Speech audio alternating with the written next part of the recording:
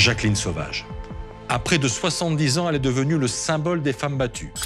Car en 2012, elle a tué froidement son mari, Norbert Marot, et que dans ces années 2000, la violence conjugale, heureusement, ça ne passe plus. Elle nous a dit « Je l'ai tué parce que si c'était pas moi qui l'avais tué, ce soir-là, c'est lui qui m'aurait tué. » Des artistes, des collectifs féministes, des politiciens de gauche, de droite l'ont soutenue. Ce que cette femme a enduré, je l'ai cru. Ce que ses enfants ont enduré, je l'ai cru. Si moi je prends pas la parole, qui va le prendre?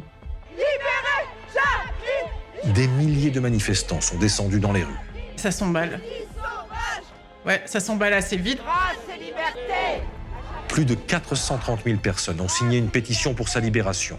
Son cas a été examiné au plus haut niveau de l'État par un président de la République conjuré de lui accorder sa grâce. Je décide parce que je suis le président de la République, mais je décide parce que je pense qu'une très grande majorité des Français comprennent mon choix. Mais fallait-il gracier Jacqueline Sauvage? Cette femme a-t-elle agi en état de légitime défense? Par 2 fois, les juges ont répondu non. Et des magistrats ont même refusé la libération que souhaitait l'Élysée. Les magistrats ont rejeté la demande de libération conditionnelle au motif que Jacqueline Sauvage ne regrettait pas son crime. C'était lui ou moi. Je voulais juste que ça s'arrête, s'est défendu l'accusé. En tuant?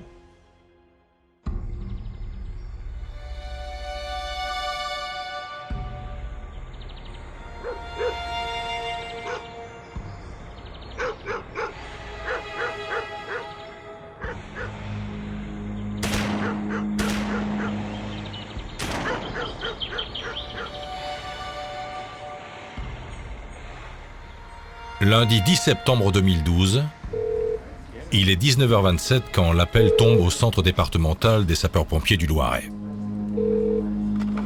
Les pompiers, j'écoute. Au bout du fil, une voix de femme oppressée. « J'ai tué mon mari à la selle sur le biais, il est mort. Arrivez, arrivez tout de suite. » Qu'est-ce qui lui arrive? « J'y ai tiré dessus. Venez. » Et la conversation s'arrête là. Il est rare que la personne qui prétend avoir tué son mari ou toute autre personne prenne le téléphone et appelle les pompiers. Généralement, on appelle plutôt la gendarmerie ou la police en fonction du lieu où on se trouve. Est-ce qu'il y a peut-être quelque chose à faire pour lui? Finalement, il est peut-être pas mort. Et dans ce geste de sauvetage, on va dire, elle a eu ce premier réflexe d'appeler les pompiers. Le pompier alerte tout de suite la gendarmerie. Et la brigade de Courtenay fonce.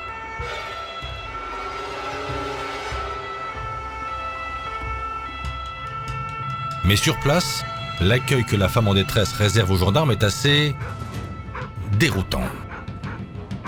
Le portail était fermé et mes collègues m'expliquent qu'au loin, ils voyaient Madame Marot au niveau de la terrasse. Ils trouvent qu'elle est un petit peu comme si elle était enivrée, titubante, pas dans son état normal. Il y a un chien qui est présent. Ils demandent à ce que le chien soit mis à l'écart. Elle disparaît dans sa maison. Voyant cela et le temps qui s'écoule, le gendarme prend la décision d'escalader le portail. Le corps d'un homme gît sur la terrasse. Le gendarme entre à la recherche de sa femme. Et il découvre Madame Marot affairée à trifouiller dans son sac à main. Le portail enfin ouvert, sa collègue peut entrer et examiner le corps. C'est une scène où on voit Monsieur Marot qui est ventre à terre, une table de jardin à proximité, des chaises de jardin renversées. Il constate la présence d'un cigare et un verre contenant du whisky. C'est un peu comme chacun peut faire pour se détendre après une journée de travail. Il y a 3 cartouches de fusil de chasse qui sont présents au sol. Il y a beaucoup de sang par terre, oui, du fait des 3 tirs. Norbert Marot est couché, face contre terre, son fauteuil de jardin sur le dos.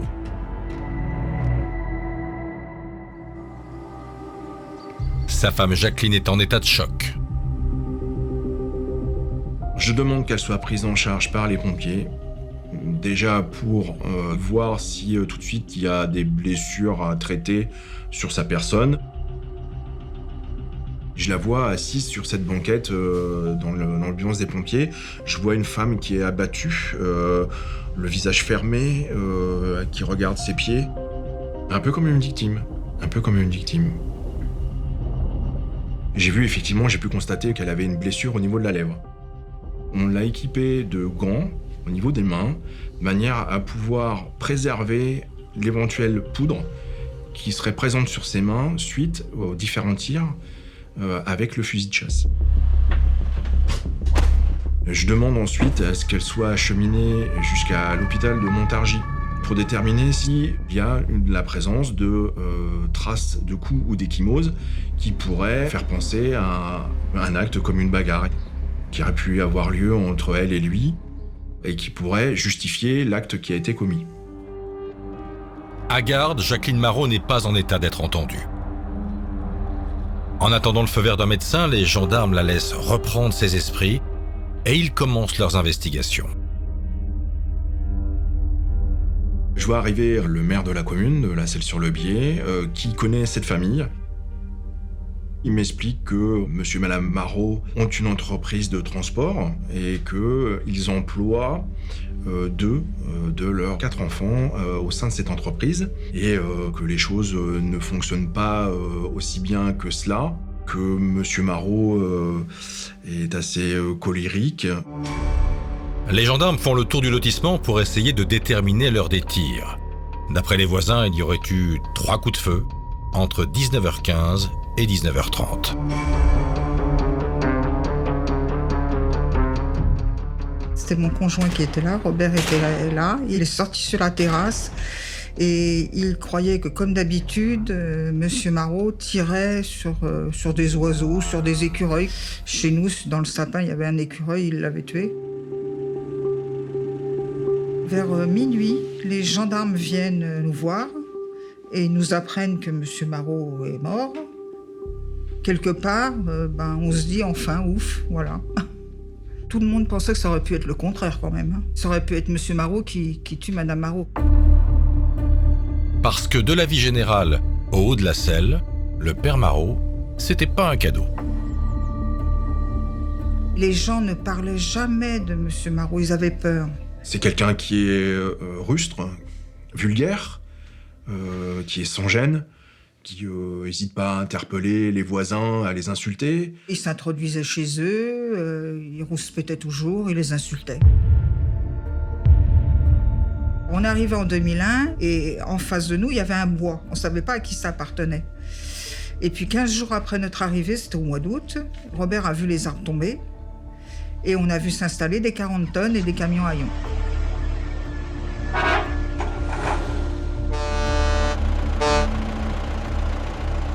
Et donc là, dans un lotissement à vocation résidentielle, on n'a pas compris. Comme les chauffeurs démarraient de bonne heure, il fallait qu'ils fassent chauffer leur camion. Et du coup, ça générait une nuisance sonore. Robert a essayé d'aller voir le maire, fin de non-recevoir. Quand on a fait signer la pétition pour que les camions s'en aillent, et encore, il passait derrière nous pour intimider les gens. Monsieur Marot partait du principe qu'il était le plus ancien sur le lotissement et que partout, il était chez lui. L'enquête de voisinage, en fait, va dire concrètement que, pardonnez-moi l'expression, mais monsieur Marot, c'était un sale con, quoi. Le maire réussit à joindre l'une des 3 filles Marot, Fabienne, qui prévient sa sœur, Carole. Les 2 sœurs habitent dans le coin et elles se précipitent évidemment chez leurs parents. Mais la maison est bouclée.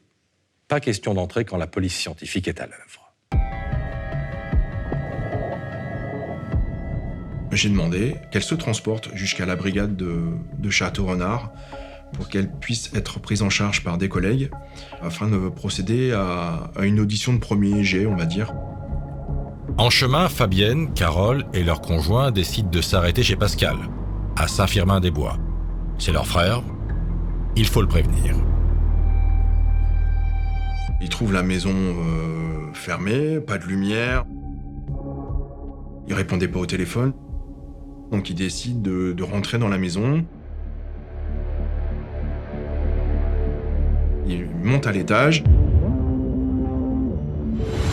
Et ils le découvrent dans sa chambre à coucher. Pendu. Après leur père, leur frère. 2 morts violentes, en quelques heures, dans la même famille. Comment y croire? Elle voit sur les mains comme quelque chose de noirâtre. Elle pense que c'est du cambouis. Pascal Marot avait 43 ans. Ça tourne un peu beaucoup dans la tête et elle s'imagine un scénario que Pascal pouvait être l'auteur des faits. La première hypothèse de travail, c'est simplement celle de Madame Marot qui dit avoir tué son mari. Et une hypothèse supplémentaire, on peut se poser aisément la question de savoir s'il n'y a pas une participation de son fils et qu'elle veut peut-être couvrir en se prétendant l'auteur des faits. Un meurtre suivi d'un suicide? Ce ne serait pas la première fois. Pascal, nous, on l'a vu le vendredi. Comme d'habitude, il se faisait toujours disputer par son père. Enfin, c'est même pas disputer, c'est engueuler, il le traitait de tous les noms. Petit con, t'as mal fait ci, t'as mal fait... Enfin... Il criait fort, hein. Monsieur Marot avait une grande bouche, hein. Non, le vendredi soir, on l'a bien entendu se disputer avec son fils. Et nous, on a su par la suite, par Fabienne, que Pascal voulait quitter l'entreprise. Pascal, qui était le seul des 4 enfants, a travaillé encore avec le père. Les filles ont coupé les ponts une fois l'âge adulte et mariées avec des enfants, compte tenu du contexte familial et du comportement du père. Pascal était là parce qu'il était encore le seul employé de la famille à travailler au sein de l'entreprise. Donc je pense que lui, il devait prendre pour un peu tout le monde. Et comme l'activité allait en déclinant, bien tous les reproches venaient sur ses épaules. Sylvie, Carole, Fabienne, 3 filles, toutes dans la quarantaine. 3 sœurs qui décrivent avec quasiment les mêmes mots un enfer familial. Les filles, dans leurs déclarations, elles disent que elles n'ont pas eu une enfance facile, autour d'un père qui était violent physiquement, avec de l'alcool. Elles décrivent des scènes de violence, un repas de Noël où ça s'est pas bien passé. Une mère violentée, oui, elles décrivent ça.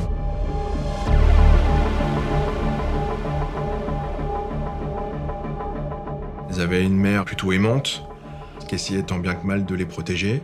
Elles ont été élevées comme ça, sous un climat de tension, de peur de rentrer, de peur de s'en prendre une. Alors un drame dans le drame? C'est bien possible. En tout cas, les 3 filles en sont convaincues. Dominique, l'arme du crime, les gendarmes la saisissent en fait sur place. C'est Jacqueline Marot qui leur dit l'arme du crime, elle est là. Ouais, elle est là, elle est posée sur le lit. C'est un fusil de chasse semi-automatique calibre 12 de marque Beretta. Près du corps de Norbert Marot, les gendarmes retrouvent 3 étuis de cartouches calibre 12 qui ont été tirés par ce fusil. Norbert Marot a reçu 3 tirs mortels, un dans le cœur, un qui a fait exploser la rate, un autre à la base du cou qui a fracassé la mâchoire, des tirs qui ont occasionné une hémorragie interne, une déchirure du péricarde, l'enveloppe du cœur et du poumon droit, fracture de la mâchoire, fracture du nez, fracture du crâne. Les balisticiens estiment la distance de tir entre quelques dizaines de centimètres et 2 mètres. Moins de 2 mètres, c'est un tir à bout portant. Est-ce que le légiste est capable d'établir la chronologie des tirs? Non, impossible. En revanche, ce qui est certain, c'est que Norbert Marot n'avait aucune chance de s'en sortir. On lui a tiré dessus dans le dos. Il était en train de boire son énième whisky de la journée. Il était complètement sous. Et les toxicologues lui trouvent 2,02 grammes d'alcool par litre de sang. Et là, Dominique, il y a quand même une question centrale qui se pose. Est-ce que c'est Jacqueline Marot qui a tiré, comme elle l'a dit lorsqu'elle appelle les pompiers, ou est-ce son fils? Alors, à l'arrivée des gendarmes, Jacqueline Marot est complètement déboussolée. Elle continue à s'accuser. Et c'est vrai qu'avec ce frère qui va être retrouvé pendu, les filles Marot ont un doute. Elles se disent, et si c'était notre frère qui avait tiré sur notre père et que notre mère voulait le couvrir? Mais de toute façon, à ce moment-là, Jacqueline Marot s'accuse, elle est placée en garde à vue et elle est hospitalisée. À l'hôpital, un médecin examine les blessures de Jacqueline Marot.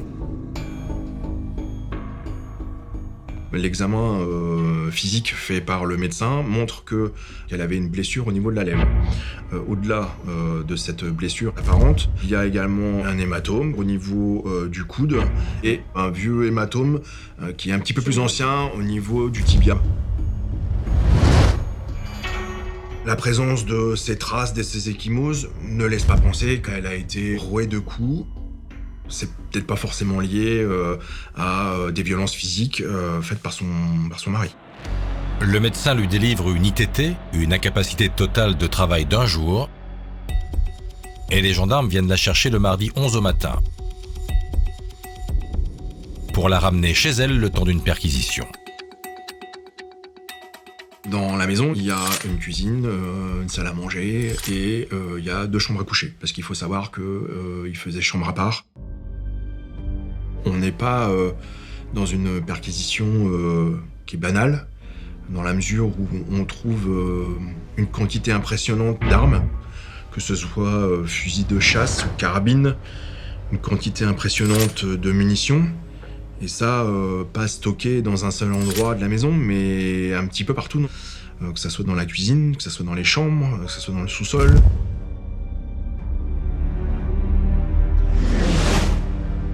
J'apprends que c'est un couple de chasseurs. Donc ça paraît plutôt légitime d'avoir un ou plusieurs fusils de chasse. Du coup, ça paraît normal dans leur quotidien d'avoir ça à portée de main. Comme vous avez votre balai pour passer un petit coup dans la maison, quoi. Néanmoins, là, on est quand même à plus d'une dizaine de fusils et de carabines mêlées. Je pense que les munitions, il y avait de quoi tenir un siège. Moi, en 10 ans d'unité recherche, c'est la première fois que je fais face à une telle situation, à un nombre aussi important d'armes à feu dans une maison d'habitation. Direction la brigade de Château-Renard, les gendarmes vont enfin pouvoir interroger Jacqueline Marot, seule d'ailleurs. Parce qu'elle refuse l'assistance d'un avocat en disant « Ce que j'ai fait, je l'ai fait ». Sa défense doit patienter dehors avant de découvrir les déclarations de la suspecte. Les informations les plus importantes que je recueillerai ce jour-là, ça sera en fait par un des gendarmes enquêteurs qui va m'indiquer, voilà, cette femme est là parce qu'elle a tué son mari, mais au préalable, elle a subi pendant 40 ans les violences de M. Marot. Cette vision des gendarmes est assez inédite. Ils sont vraiment dans l'empathie. Ils ont une vision tout à fait claire du problème. 40 ans de calvaire. Madame Marot leur a d'abord raconté comment elle avait rencontré son mari en Seine-et-Marne. À l'époque, elle s'appelait encore Jacqueline Sauvage. Un ami de Norbert se souvient de cette période. On s'était connus jeunes, donc on faisait beaucoup la bagarre. À cette époque-là, c'était des coups de poing, c'était pas trop grave. C'était l'époque où on appelait ça le blouson noir. Voilà, on sortait comme ça. Ah, bah, il y a des fois, on allait se faire recoudre. Des bagarres entre bandes. Demain ci, demain là. Et puis d'autres régions, Blandy-les-Tours, tout ça, oui. C'est d'abord j'ai connu ma femme et puis Norbert a connu Jacqueline. Ils s'entendaient bien, ils étaient toujours ensemble et puis Jacqueline était très amoureuse de Norbert. Et lui aussi. Donc voilà, ils ont voulu créer une famille. Mais à peine le mariage célébré et le premier bébé arrivé en 65, les violences ont commencé. Pour ne jamais s'arrêter, explique Jacqueline. Les violences étaient constantes, hein. Le bras de M. Marot, il part, mais phénoménal, et ça fait clac-clac. Des fois, il me mettait par terre. Et des fois, il me mettait des coups de pied et des coups de poing alors que j'étais à terre. Depuis plus de 40 ans, il m'a frappé. Ce qui est particulier chez Madame Sauvage, c'est que elle va accepter ses coups pendant 40 ans. Elle m'avait raconté qu'un jour, elle était en vacances avec son mari. Ils avaient un camping-car, donc ils sillonnaient les bords de mer. Et à un moment donné, Monsieur Marot est au volant, Madame Sauvage est à côté, et elle se reçoit une paire de claques magistrales qui l'a fait taper la vitre. C'était un type extrêmement violent, fort, parce qu'il était costaud, faut pas oublier ça, dangereux et totalement imprévisible. Chaque fois qu'il me violentait, j'étais traumatisé. Tout le monde en atteste, la famille, c'était une sorte de monstre, tout simplement. Mes filles m'ont vu de nombreuses fois avec des bleus au visage et sur tout le corps. Monsieur Marot, soit il considérait que la nourriture faite par son épouse était correcte, donc il n'y avait pas de commentaire, soit il considérait qu'elle était dégueulasse, et là ça partait en vrille, quoi.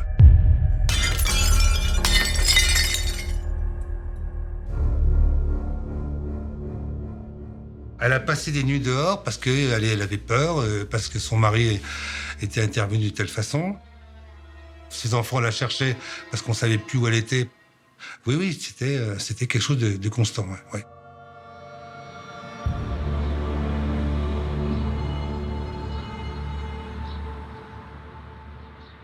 Madame Sauvage, elle est extrêmement, traumatisée au moment où elle comparait devant les gendarmes. Elle a appris la mort de son fils Pascal. Ce qu'elle va indiquer aux gendarmes est la vérité, et d'ailleurs je pense que c'est la vérité. C'est vraiment la cocotte minute qui éclate au bout de 40 ans, quoi. Mais elle a mis 40 ans à exploser. Lors de l'audition suivante, Jacqueline Sauvage en vient au fait. Et d'emblée, elle réitère ses aveux. Elle a tué Norbert. À l'heure de l'apéro, le énième de la journée. La journée, elle commence comme une journée habituelle, où chacun va prendre son petit déjeuner, puis finalement, comme c'est un lundi, c'est une journée de travail, et tout de suite, lui, il va commencer à dire que l'entreprise va mal, que les affaires tournent mal, que c'est sa faute à elle, c'est la faute de Pascal, c'est la faute un peu tout le monde. Et finalement, ça va aller de mal en pis tout au long de cette journée. Sa consommation d'alcool faisant, ça arrange pas les choses. Il m'a menacé, comme il l'a fait à chaque fois. Il a dit que si je le quittais, il tuerait les enfants, et moi après. Le fait de menacer les enfants de mort, c'est quelque chose de terrible pour elle. C'est l'accumulation de tout ce qu'elle a pu entendre, qui a été redit encore une fois, le fait qu'il veut s'en prendre aux enfants, s'en prendre à elle, qui l'a poussée à faire ce qu'elle a fait.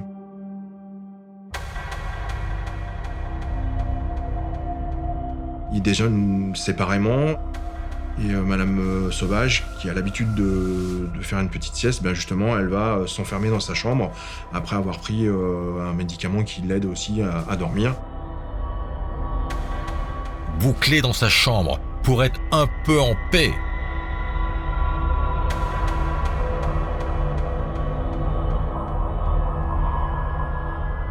Je me suis allongé sur mon lit, j'ai réussi à dormir un peu, environ 1h30. Peu de temps après, il était environ 15h, il est venu dans la chambre.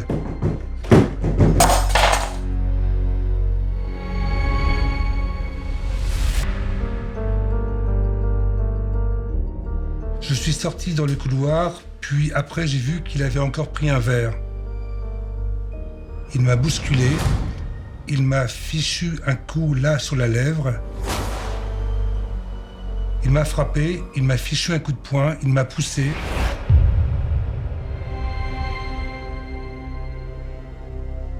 C'est là que j'ai pété un plomb.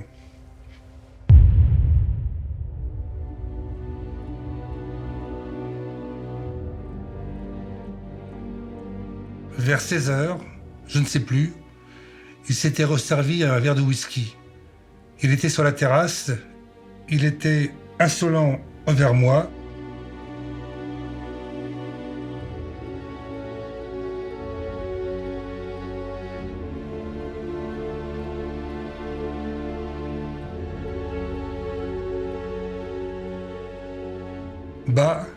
j'ai pris le fusil et j'ai tiré.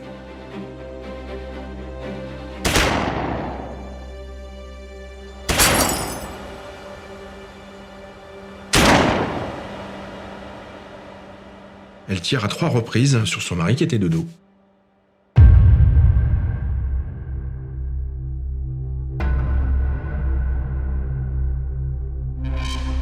Les horaires, l'enchaînement des événements, le récit de Jacqueline Sauvage reste un peu confus. Mais elle a livré des détails intéressants, y compris contre elle-même. Ce sont ces déclarations qui nous font penser qu'on peut envisager la préméditation. Elle dit dans une audition que de toute façon, ça finira comme ça. Que d'une manière ou d'une autre, elle le supprimerait, elle mettrait fin à ses jours. Elle explique que c'est aussi pour ça qu'un fusil qui a été déposé dans sa chambre, qu'il y avait ces 3 munitions qui étaient sur cette chaise, sous un coussin, parce qu'elle savait pertinemment qu'un jour ou un autre, ces munitions serviront à ça. Elle n'a donc pas attrapé une arme au vol dans la maison. Les gendarmes lèvent la garde à vue à 16h30. Les charges qui pèsent sur Jacqueline Sauvage viennent de s'alourdir. Placée en garde à vue pour meurtre, Jacqueline Sauvage quitte le juge avec une mise en examen pour assassinat. Autrement dit, meurtre avec préméditation. Les doutes sur la culpabilité du fils sont écartés, mais il reste des choses à éclaircir. Est-ce que Norbert, par exemple, était aussi violent que Jacqueline le dit? Est-ce qu'elle a réagi après la scène de trop? Ou est-ce qu'elle a bien prémédité son geste? Soumise ou maîtresse femme, Jacqueline Sauvage? Au fil des jours, les gendarmes découvrent une personnalité complexe, pas le profil d'une femme faible ou sous l'emprise d'un tyran domestique. Moi, en fait, je fais face à des faits qui sont Madame Sauvage a tué son mari du fait des violences physiques ou verbales qu'elle a subies pendant toutes ces années. Donc moi, il faut que je trouve des éléments qui viennent attester cela. Donc je demande à mes collègues de brigade de rechercher dans leurs archives informatiques ou papier des traces d'appels ou d'interventions pour des violences. Il n'y a aucune trace de plainte ou de main courante de Madame Marot ou de n'importe qui signalant des violences dont elle a pu être victime. Autre recherche dans l'entourage du couple et à l'hôpital. Lorsqu'on a entendu les voisins, personne n'a été en mesure d'être témoin de violences physiques, ni verbales, ni avoir pu constater sur le visage de Madame Marot des traces, des ecchymoses ou quoi que ce soit. Je fais une réquisition auprès du doyen des médecins, de manière à ce qu'il puisse également déterminer s'il y a eu des passages de Madame Marot, de ses filles, pour des consultations aux urgences, pour des faits de violence, etc. Résultat, rien. Aucun passage aux urgences. Les enquêteurs poursuivent. Pourquoi supporter de telles violences sans se plaindre pendant 47 ans? Les moyens de partir, oui, elle en avait, ça c'est sûr. Prendre sa voiture, quitter le domicile, demander à l'une de ses filles de venir la chercher, de signaler ce problème aux autorités compétentes. Elle avait tout à fait la possibilité de s'échapper de cette situation. Ce qu'elle n'a pas fait, qu'elle n'a pas voulu faire. Et que elle qui peut expliquer pourquoi elle est comme ça, quoi. Pourquoi elle vit avec ça. Le juge la croit pas. Quoi qu'elle dise, il est très dubitatif. Et d'ailleurs, il va avoir cette perception-là tout le temps. L'absence totale d'empathie, on a quelque chose d'également très froid, très objectif, très froid. Comme un malentendu qui s'installe entre Jacqueline et la justice, qui découvre une femme plus forte qu'on pourrait le croire, avec du caractère, des ressources. Pour preuve, ce souvenir de l'avocat de la société Marot, TMM. Je reçois un gentil couple qui a l'air uni, qui est préoccupé par des difficultés matérielles de fonctionnement de l'entreprise, du genre contrat à passer avec les clients. Le monsieur parle assez peu, mais il regarde sa femme, puisqu'apparemment c'est elle qui s'occupe de l'administration. Et je crois comprendre que lui est plutôt le technicien qui s'occupe des moteurs et des camions. Jacqueline Sauvage, elle a un fort caractère, ça c'est certain. C'est elle qui mène. Madame Marot, chef d'entreprise, une réussite sociale dont elle a été l'artisan, mais sans le claironner partout. Et surtout, toujours aux côtés de son mari. Elle est beaucoup plus fine que ça. Elle ne me dit pas j'ai une certaine notoriété dans le pays, nous sommes reconnus. Non. Elle me dit nous sommes une entreprise familiale, mes enfants travaillent dans l'entreprise et le dimanche, nous allons à la chasse communale avec monsieur le maire.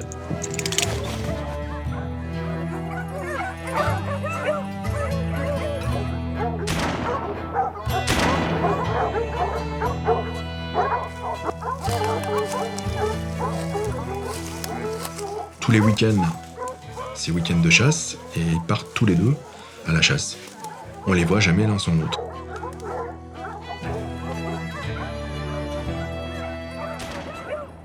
On apprend qu'elle, elle est pas mauvaise, qu'elle tire relativement bien. Une fine gâchette, si on veut.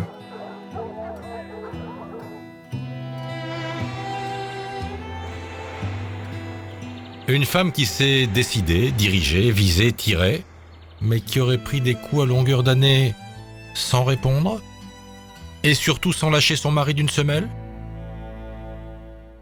On apprend que dans les années 90, Monsieur Marot a une liaison avec une des salariés, qu'il a même vécu pendant un petit peu moins de 1 mois chez elle.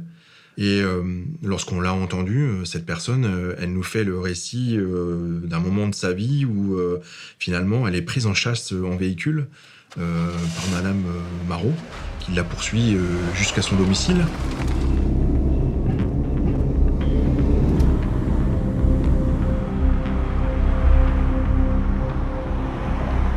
Je crois même qu'elle était obligée de se réfugier à l'intérieur pour éviter de subir des violences de la part de Madame Marot.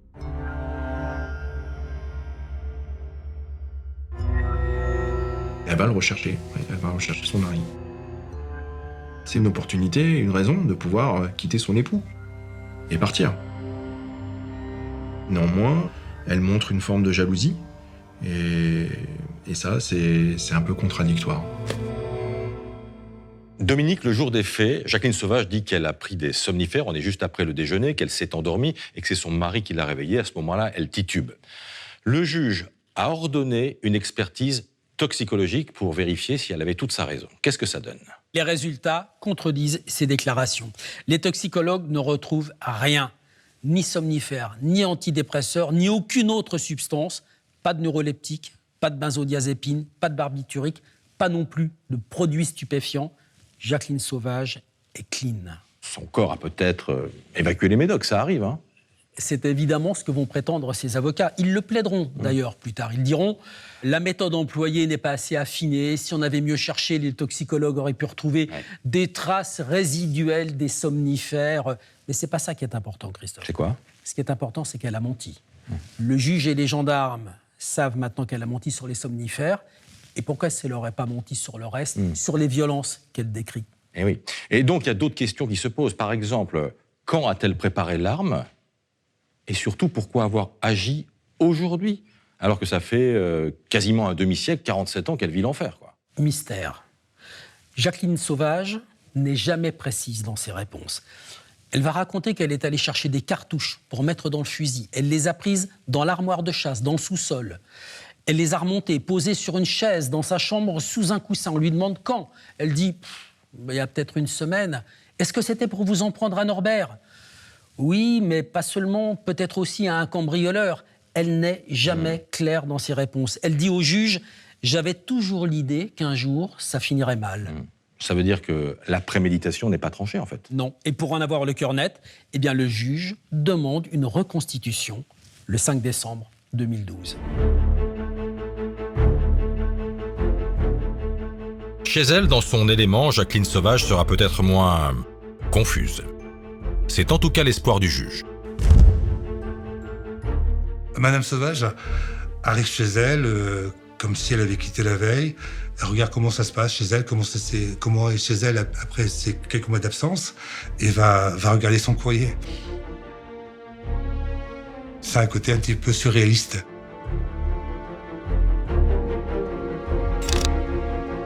Le juge, lui, a un plan de travail. On va demander, oui, à Madame Marot de refaire les gestes qu'elle a fait le jour des faits, de simuler les tirs, savoir si effectivement l'arme elle est susceptible de dévier ou pas. Est-ce que tous les tirs ont pu atteindre leur objectif? Et le résultat est tout simplement que, bien oui, tout est compatible. Et on n'a pas tiré dans tous les sens. Il a fallu réajuster l'arme entre les 3 tirs, expliquent les balisticiens. La patte d'un bon chasseur. Madame Sauvage savait manipuler une arme, elle avait des munitions, donc on va se focaliser sur les munitions. Ça va être vraiment l'interrogation de cette reconstitution. Et c'est d'ailleurs par rapport à ces munitions sous le coussin qu'on va vouloir lui imputer une préméditation. Montrer que Madame Sauvage avait en fait mis de côté des munitions et plus une arme pour se servir contre son mari. Madame Sauvage va l'indiquer que si elle avait eu envie de tuer son mari et qu'elle aurait préparé cela, elle aurait fait plus longtemps. Reste une zone d'ombre quand même. Ce trou de 3 heures entre son réveil brutal qu'elle situe vers 16 heures et le moment où les voisins entendent les tirs, vers 19h15.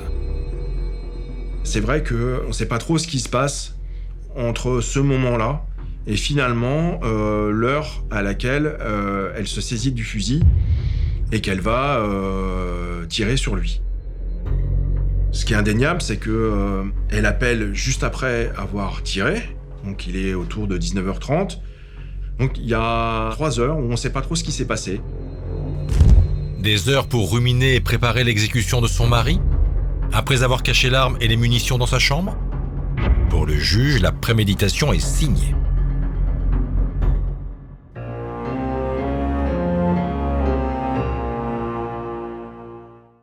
En détention, Jacqueline Sauvage s'entretient avec un psychiatre et un psychologue. Dominique, est-ce qu'ils peuvent expliquer comment cette femme, qui a du caractère, un caractère bien trempé, ait pu rester autant de temps avec un mari violent? Pas vraiment. Alors, il ne parle pas d'une femme sous emprise. Les psys ne parlent pas non plus d'une menteuse. Elle leur répond, quand ils lui posent la question, qu'elle n'a échafaudé aucun plan, qu'elle assume. Et elle dit « j'ai pété les plombs ». Et voilà.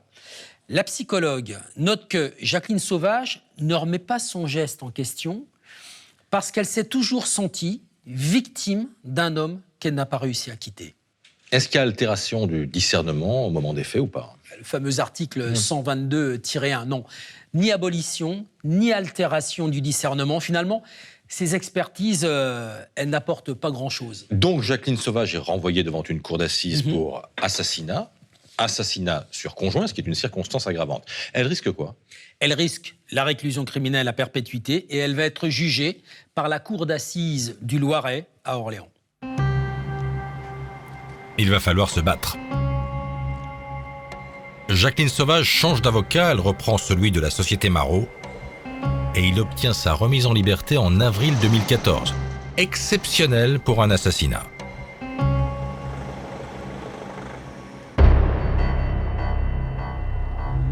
Le procès s'ouvre 6 mois plus tard, le 24 octobre. La cour d'assises d'Orléans n'attire pas la foule. À peine quelques journalistes de la presse locale.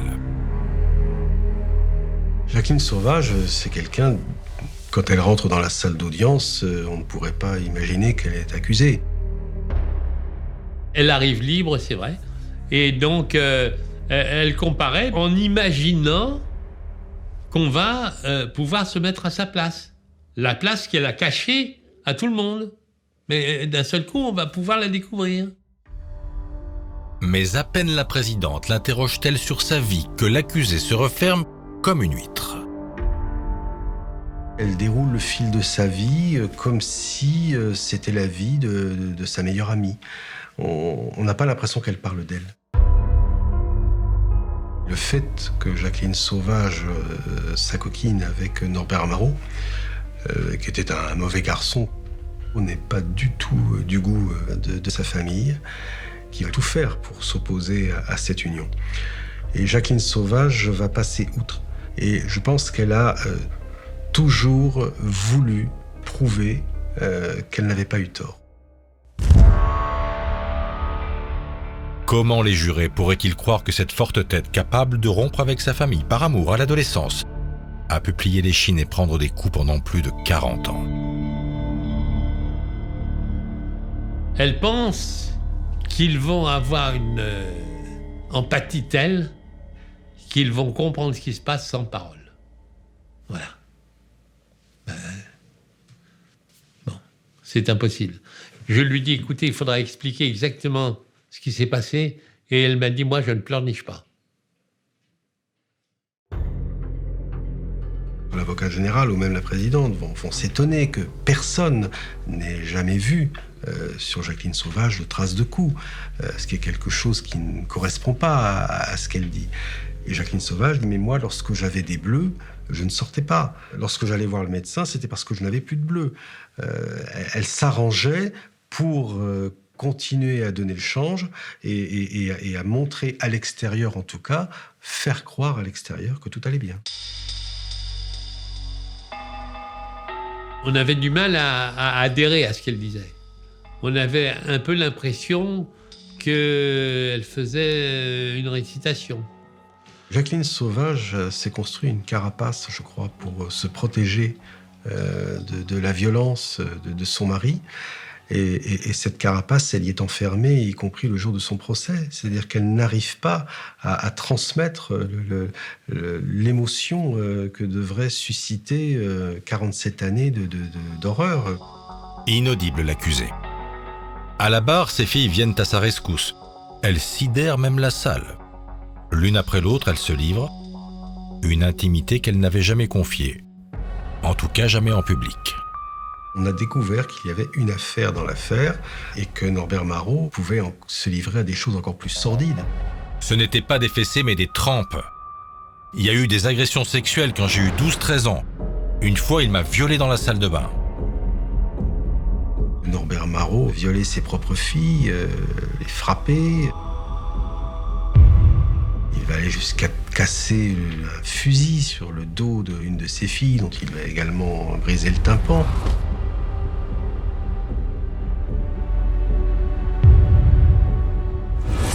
Et tout ça dans une espèce d'impunité générale.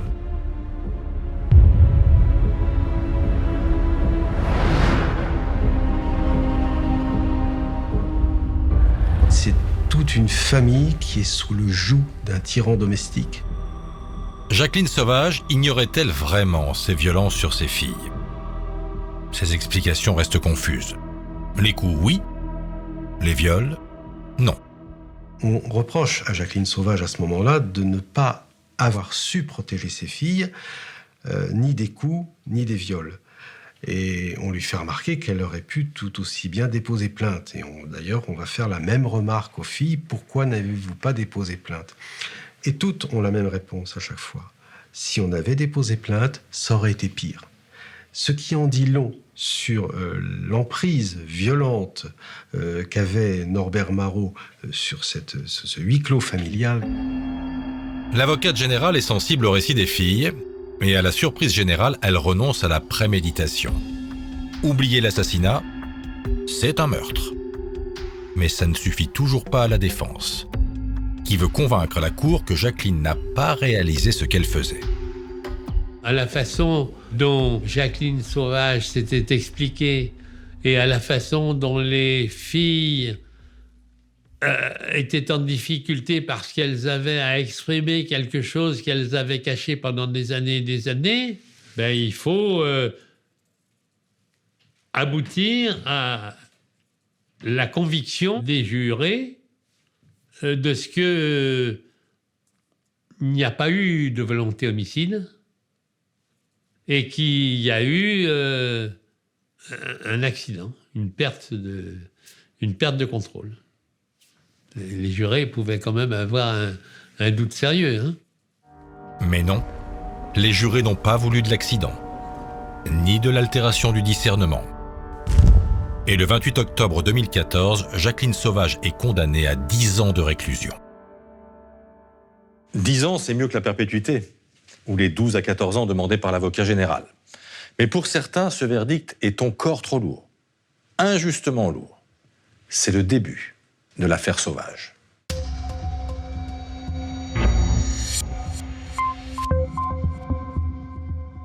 Je trouve que la peine, elle est sévère. Et en même temps, je suis pas étonnée parce que je trouve que la justice est toujours beaucoup plus dure à l'égard des femmes. C'était un peu la condamner, elle, de tout le déni de la société autour du sujet des violences faites aux femmes. Elle prenait pour tout le monde. Début 2012, quelques mois avant la mort de Norbert Marot, le procès d'une autre femme battue a fait sensation. Celui d'Alexandra Lange. Jacqueline Sauvage se rapproche de ses avocates. Cette affaire avait fait grand bruit parce que c'était quand même la première fois qu'une femme accusée du meurtre d'un homme, de surcroît son conjoint, était acquittée.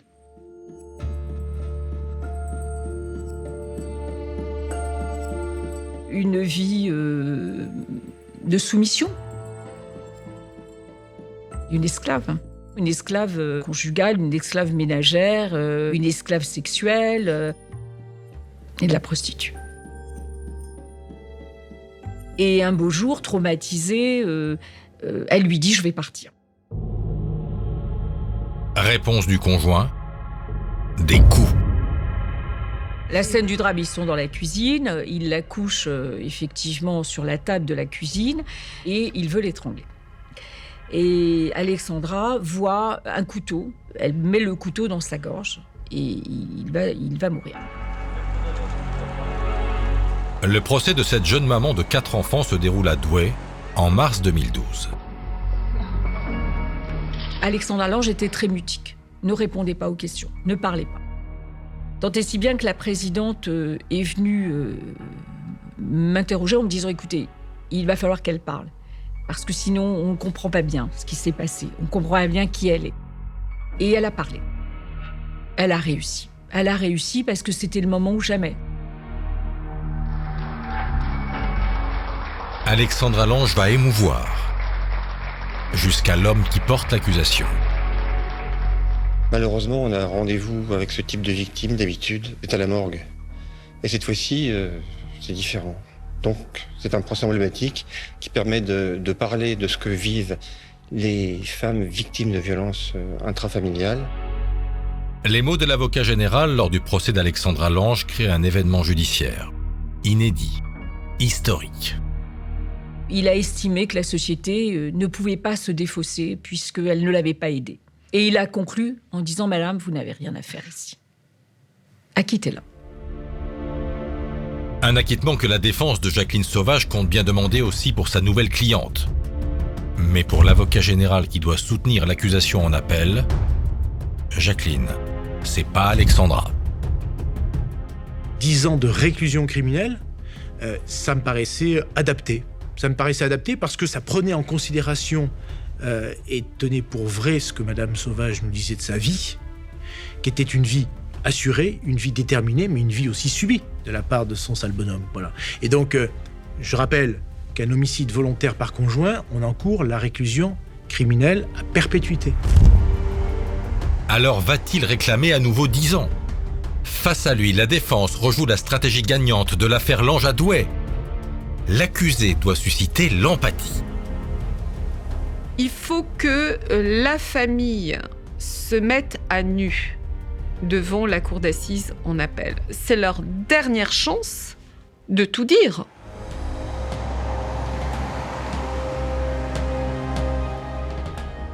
Le procès en appel s'ouvre à Blois le 1er décembre 2015. Cette fois, c'est la foule des grands jours. Sur les bancs des féministes et des journalistes en nombre, comme au chevet d'une accusée qui a changé.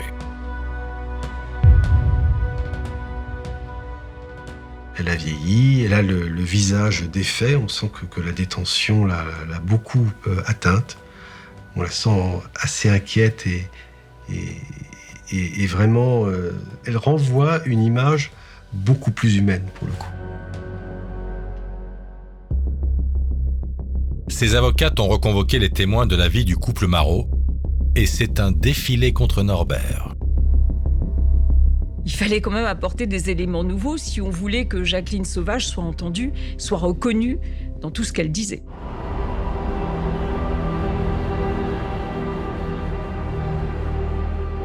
Nous, on a découvert qu'il y avait plein de gens comme nous qui avaient été embêtés par lui. Il y avait une dame qui avait eu ses cheveux empoisonnés. Il y avait une commerçante qui avait été enquiquinée aussi. J'avais entendu dire qu'il avait taillé la haie pour pouvoir regarder chez son voisin, sa voisine qui était en maillot de bain. Voilà. Et ça m'étonne pas. Nous, un jour, j'avais mes petits-enfants. En pleine soirée, il faisait nuit. Il a un escalier sur le côté de sa maison avec un petit balcon. Il nous a envoyé un gros projecteur dans le salon. C'était ce genre de conneries. C'était perpétuel. Moi, je savais qu'il était cavaleur. Hein. Pour moi, c'était une famille normale. Sauf qu'un jour, chez lui, j'ai vu que Norbert, il avait déjà déplacé avec une de ses filles. Mais il peut-être la poitrine et les hanches. Alors, je lui ai fait la remarque. Je lui ai dit, Norbert, qu'est-ce que tu fais? Il m'a dit, oh, c'est pas grave, on s'amuse. Donc, on s'était fâchés et là, on s'est pas vu pendant un bon moment.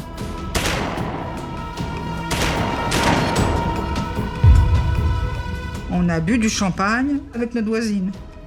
Moi, j'ai bu à ma tranquillité, parce qu'il est hors de question que je trinque à la mort de quelqu'un. Mais ma voisine, elle a trinqué à sa mort. Hein. Le procès en appel de Jacqueline devient le procès de Norbert. Et comme pour Alexandra Lange, les avocates soutiennent la légitime défense. Elle nous a dit « Je l'ai tué, j'étais en état de légitime défense. Parce que si c'était pas moi qui l'avais tué, ce soir-là, c'est lui qui m'aurait tué. Puisqu'il lui avait dit dès le matin « Je vais tous vous tuer, toi et tes bâtards. » Une légitime défense un peu particulière, décalée ou différée comme l'explique la défense.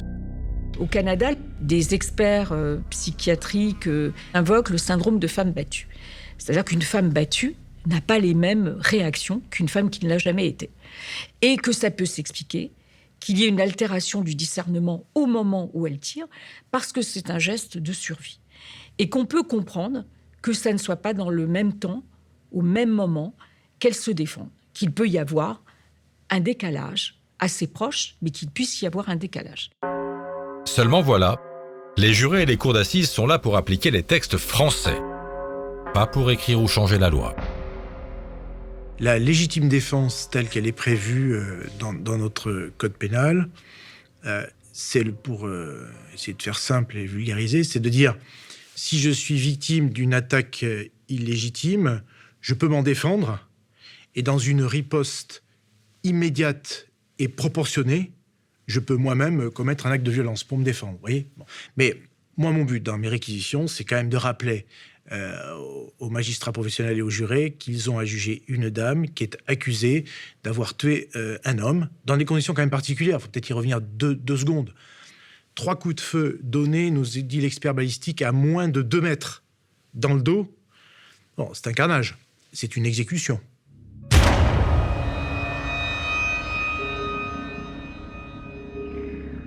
Ça reste un meurtre.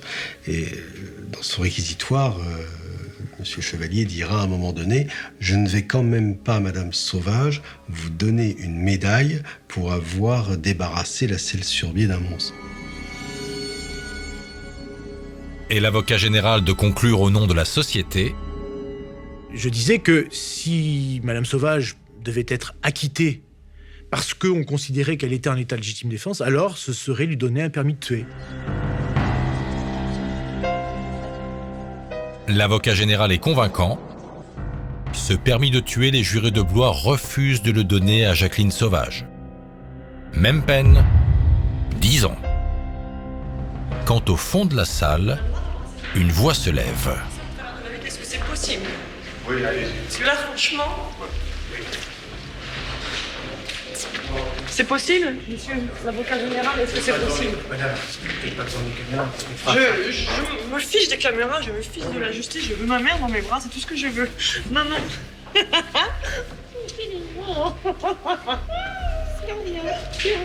Courage. Embrasse tes sœurs. On fait rien. Putain. Le verdict de Blois suscite cette fois un tollé. Les féministes et de nombreuses personnalités montent au créneau. L'indignation gagne le sommet de l'État.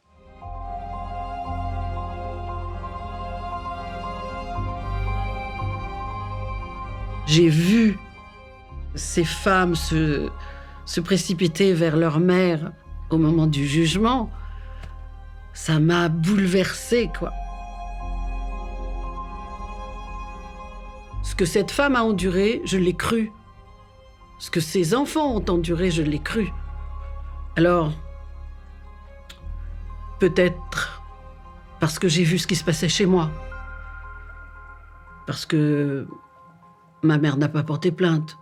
J'ai vécu ça, je sais ce que c'est. Toutes les formes de violence. Je sais ce que c'est. Si moi je prends pas la parole, qui va le prendre?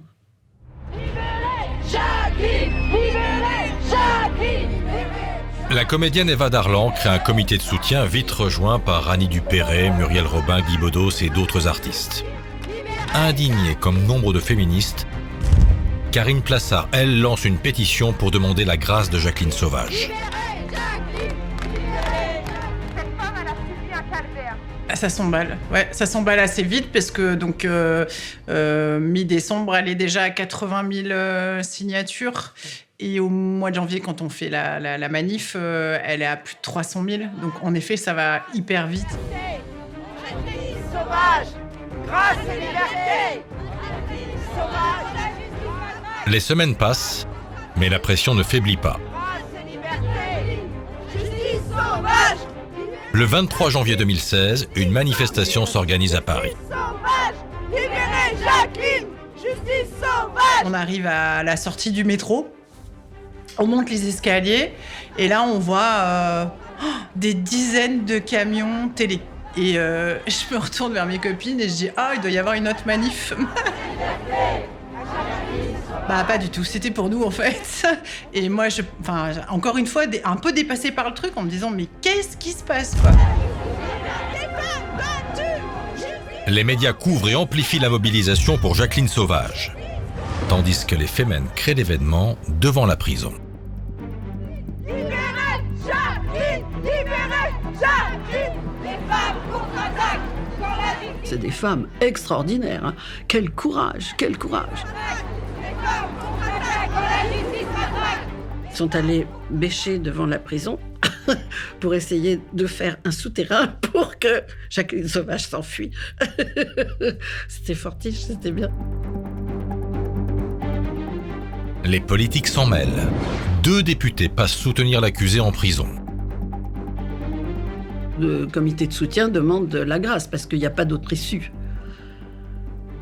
Et on attend la réaction de François Hollande, sauf que François Hollande avait fait une promesse de campagne que jamais il ne gracierait personne.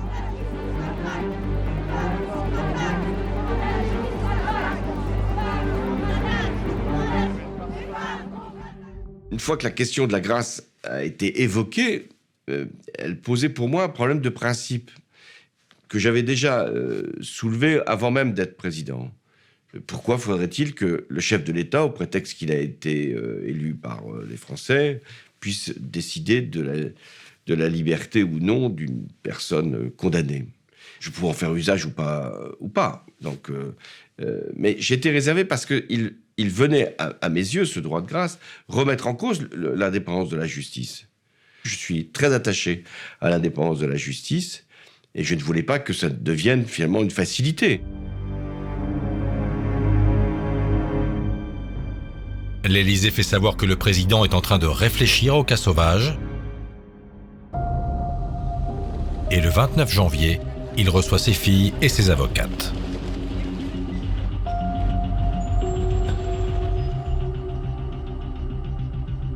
Là, le témoignage des filles était tout à fait clair à l'égard de leur mère et elles souffraient véritablement, non seulement de ce qu'elles avaient pu elles-mêmes subir, mais souffraient de voir leur mère en détention alors qu'elle avait elle-même connu toute forme de violence. Donc voilà, c'est ça qui m'a amené à aller encore plus loin dans la recherche, donc de regarder le dossier judiciaire lui-même et d'envisager donc une procédure de grâce.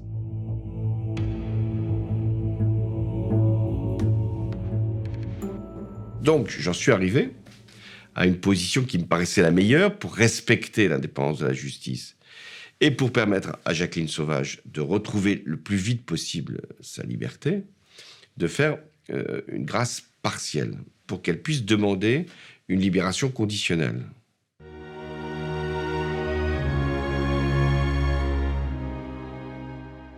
Le 2 février 2016, l'Élysée annonce la grâce partielle de Jacqueline Sauvage. En fait, c'est une remise de peine de 2 ans et 4 mois qui lui est accordée. Elle couvre la période de sûreté qui lui reste à accomplir et Jacqueline Sauvage peut immédiatement déposer une demande de libération conditionnelle.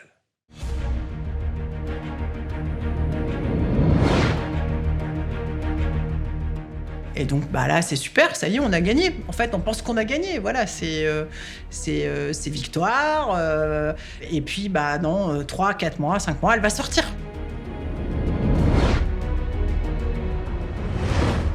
Et la nouvelle tombe, elle n'est pas libérée.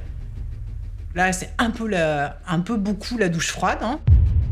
Ce combat-là, ça a été comme ça. C'est-à-dire, ça a été les montagnes russes permanentes. La commission d'application des peines rejette la demande de libération, au motif que Jacqueline Sauvage n'exprime pas suffisamment de regrets pour son crime. Je suis désolé, mais c'est le mode de fonctionnement de notre justice qui n'est pas le fait de quelques magistrats qui en voudraient particulièrement de Sauvage. C'est le mode de fonctionnement démocratique normal de notre justice qui nous dit que, d'accord, elle peut avoir un aménagement, mais là, c'est pas encore mûr, c'est pas encore opportun. Et pourtant, le combat pour la cause Sauvage continue. Donc, on décide de relancer une deuxième pétition quand même, pour demander cette fois la grâce totale. À quelques mois de l'élection présidentielle, alors qu'il ne se représente pas, François Hollande va plus loin. À un moment, ça suffit. Cette femme n'a plus sa place en prison. Je décide parce que je suis le président de la République, mais je décide parce que je pense que une très grande majorité des Français comprennent mon choix. Que la grâce totale, puisqu'il fallait prendre un décret de grâce totale, a ceci de mécanique, c'est qu'il n'y a plus d'intervention de la justice. Le président de la République signe le décret, dans l'heure qui suit, la personne est libérée.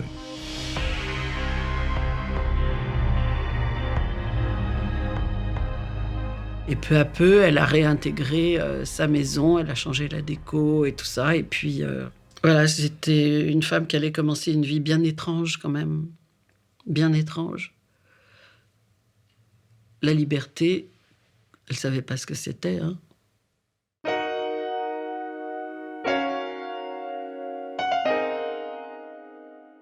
Dominique, Jacqueline Sauvage a été graciée, elle est libérée, elle écrit un livre, elle donne quelques interviews télé, pas nombreuses d'ailleurs. Et à l'automne 2018, l'affaire Sauvage revient à la une de l'actualité médiatique. Oui, Christophe, avec un téléfilm dans lequel Muriel Robin joue le rôle de Jacqueline Sauvage. Clairement, Ce téléfilm est très librement inspiré du dossier judiciaire.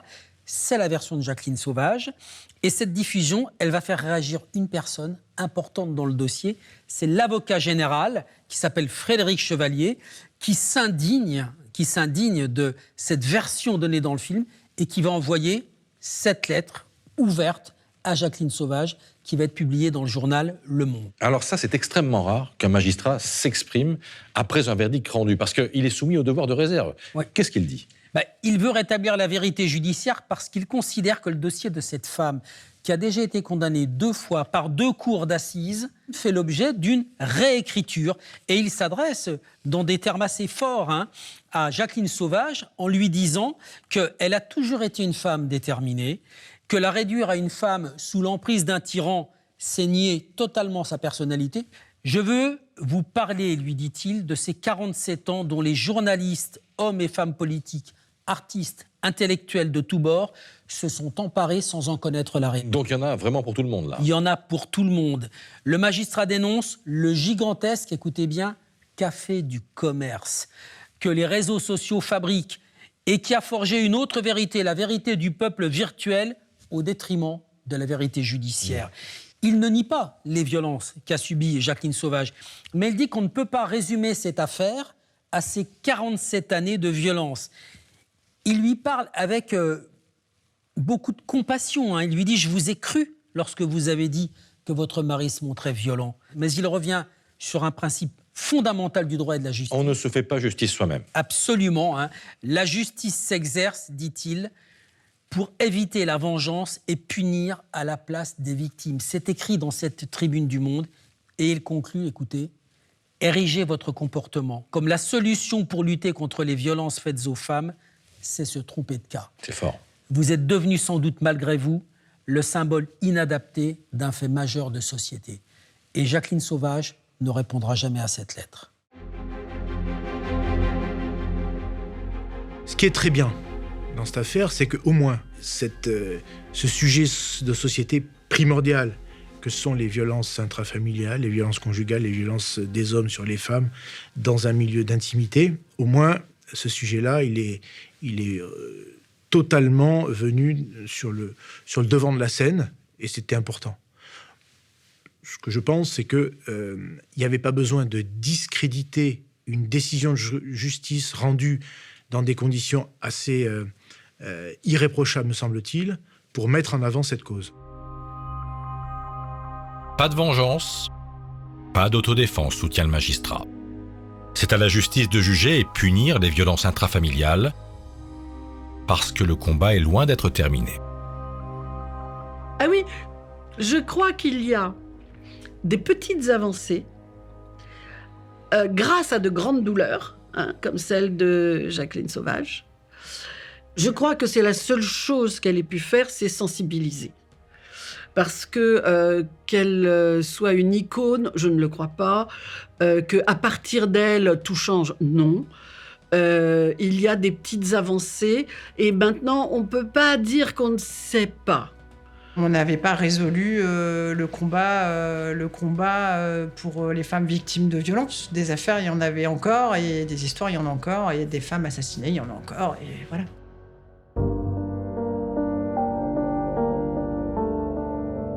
Quelques semaines après la libération de Jacqueline Sauvage, le président lui accorde un rendez-vous en tête-à-tête. Elle n'était pas enjouée, mais comment aurait-elle pu l'être ? Elle était apaisée, plutôt douce, contrairement à tout ce qui avait été dit, ne cherchant aucune notoriété. Sans doute ne voulait-elle même pas faire de son cas un symbole, elle. C'était une femme qui ne voulait pas être un exemple.